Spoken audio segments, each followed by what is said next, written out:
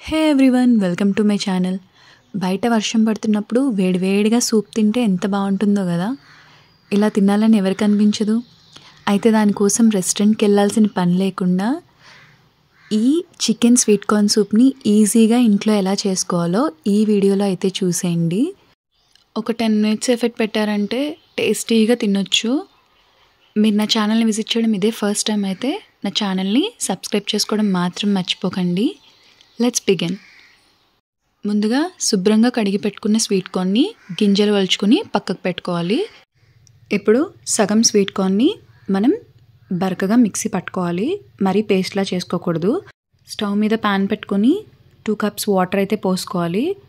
ఇప్పుడు ఈ వాటర్లో మనం పేస్ట్ చేసుకున్న ఆ స్వీట్ కార్న్ని యాడ్ చేసుకోవాలి.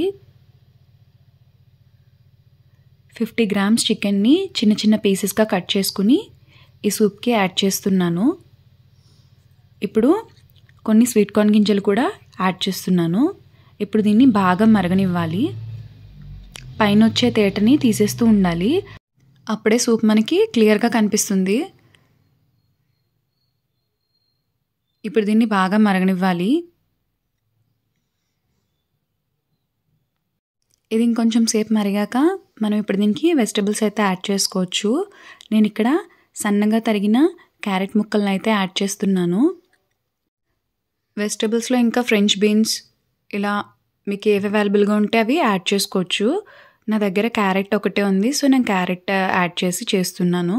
ఇప్పుడు దీనికి ఒక 1/2 teaspoon షుగర్ అయితే యాడ్ చేశాను.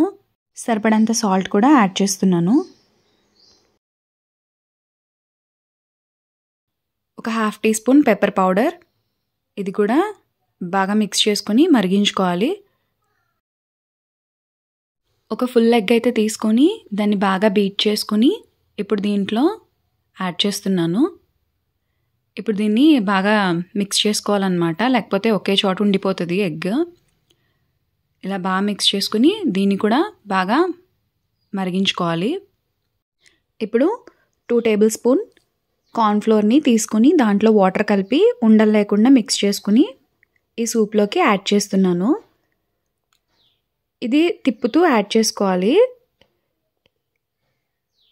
ఈ కార్న్ఫ్లోర్ యాడ్ చేసిన తర్వాత సూప్ని ఎక్కువసేపు స్టవ్ మీద ఉంచకూడదు. ఒక 2 minutes అలా కుక్ చేసుకుని స్టవ్ ఆఫ్ చేసుకుని సర్వ్ చేసేసుకోవచ్చు. మీకు స్ప్రింగ్ ఆనియన్స్ అవైలబుల్గా ఉంటే స్ప్రింగ్ ఆనియన్స్ కూడా వేసుకోవచ్చు. టేస్ట్ నచ్చకపోతే స్కిప్ చేసేయచ్చు.